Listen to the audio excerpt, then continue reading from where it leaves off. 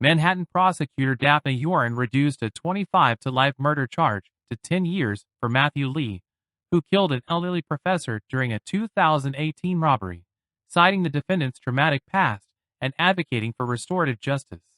So I'm going to give you an example of something that I did with a recent case of mine, and this has never been done in my office. I had a murder case where the defendant did not intentionally kill the victim. He went into an ATM on the Upper West Side and tried to rob an individual. Unfortunately, it was an older individual. He was 86, and in the course of the robbery, he fell to the ground, and as a result, he died. This is, under the law, a felony murder, which is akin to intentional murder.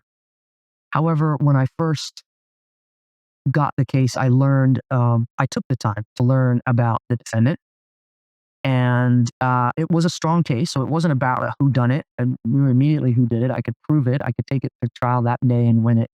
But it wasn't about that. It was that the more I learned about the defendant and his life and the circumstances, the kinds of things that Jarrell was talking about, that one should take into account the trauma of that individual, I really felt incredibly sorry for him that he had gotten to that point in his life where he felt like there was no other choice but to commit this robbery. Dafna Yoran, a Manhattan prosecutor now handling the high-profile Daniel Penny manslaughter trial, previously secured a reduced sentence for Matthew Lee, a man convicted of killing Young Kun Kim, an 87-year-old professor, in 2018.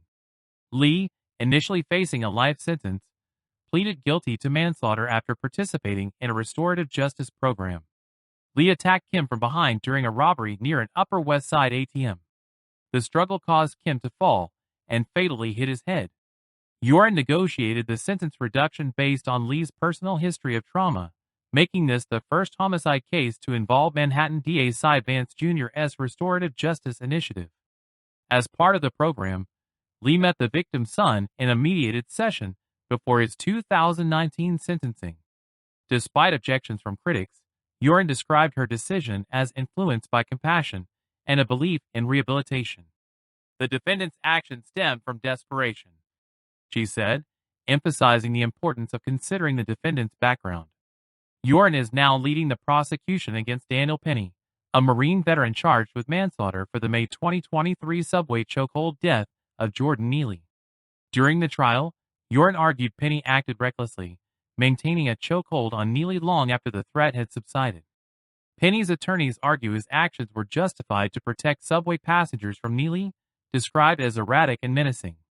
If convicted, Penny faces a maximum of 15 years in prison, but could also receive probation.